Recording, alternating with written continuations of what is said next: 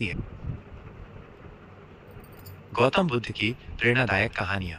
गौतम बुद्ध की शिक्षाएं आज भी लाखों लोगों को प्रेरणा देती हैं। उनकी कहानियां हमें जीवन के गूढ़ रहस्यों, सुख दुख, शांति और आत्मज्ञान का मार्ग दिखाती हैं। यहाँ कुछ प्रेरणादायक कहानियां दी गई हैं। तीर की कहानी। एक बार एक व्यक्ति गौतम बुद्ध के पास आया और बोला, हे बुद्ध, मैं बहुत दुखी हूँ। मुझे समझ नहीं आता कि जीवन में इतने कष्ट क्यों हैं। मैं जानना चाहता हूँ कि मैं इस दुख से कैसे मुक्ति पा सकता हूँ।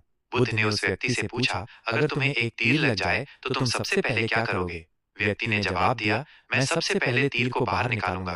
बुद्ध ने कहा, बिल्कुल, तुम तीर निकालने से पहले ये नहीं पूछोगे कि तीर किसने चलाया, वो कहाँ से आया या वो किस लकड़ी का बना है। तुम सबसे पहले तीर को बाहर निकालोगे ताकि तुम्हारा दर्द कम हो सके।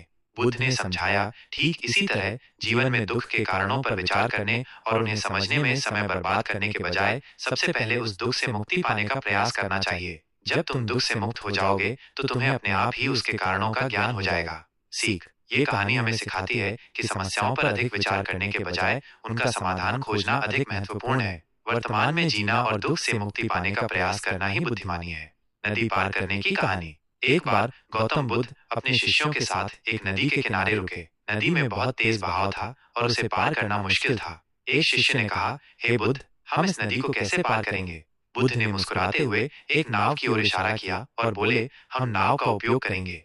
शिष्यों ने नाव में बैठकर नदी पार की। जब वे दूसरे किनारे पर पहुंचे तो एक शिष्य ने कहा, यह नाव कितनी उपयोगी है, हमें इसे हमेशा अपने साथ रखना चाहिए। बुद्ध ने कहा, अगर तुम इस नाव को हमेशा अपने साथ रखोगे तो यह तुम्हारे लिए बोझ बन जाएगी। जब तुम नदी पार कर चुके हो तो नाव को छोड़ देना चाहिए। सीख। यह कहानी हमें सिखाती है कि जीवन में हमें कई चीजों की आवश्यकता होती है, लेकिन जब हमारा काम पूरा हो जाए तो उन्हें छोड़ देना चाहिए। मोह और आसक्ति हमें आगे बढ़ने से रोकती है। ज्ञान, साधन या रिश्ते भी एक सीमा के बाद बोझ बन सकते हैं, इसलिए हमें जरूरत पूरी होने पर उन्हें भी छोड़ना आना चाहिए। कहानी कैसी लगी कमेंट बॉक्स में ज़रूर बताएं और ऐसे ही गौतम बुद्ध के मोटिवेशनल कहानी सुनने के लिए हमारे चैनल को लाइक, सब्सक्राइब और शेयर करना ना भूलें। धन्यवाद।